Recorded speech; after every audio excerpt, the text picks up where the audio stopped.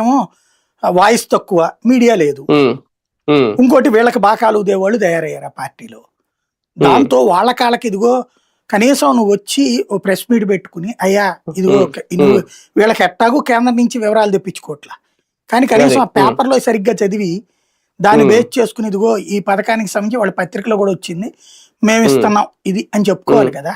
40,000 కోట్లు కదా, అనుకుంటే అనుకోవచ్చు. 5,000 కోట్లు 6,000 40,000 కోట్లు అంటే మాటలా? అది బీజేపీ వాళ్ళకి చెప్పుకోవడం చేత కాదు. ఇంకోటి తెలుగు బీజేపీ వాళ్ళు ఎక్కువ ఉన్నారు. మనకి ఒక్కోసారి కామెంట్ లో పెడుతుంటారు కొంతమంది, మీరు జాతీయ రాజకీయ వ్యవహారాలు అవన్నీ బాగా చెప్తారు కానీ ఆంధ్రాలో తేడా చెప్తారు. ఇట్ట మాట్లాడితే మండుతుంది.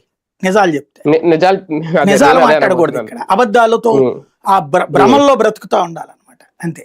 అది వీళ్ళు రాసినట్టే చెప్తే మంచిది, నిజాలు బయట పెట్టకూడదు. రైట్, చూద్దాం. మొత్తానికి ఏది ఏమైనా కేంద్రం ఇస్తున్న నిధుల్ని ఖచ్చితంగా వినియోగించుకోవాలి, ఉపయోగించుకోవాలి.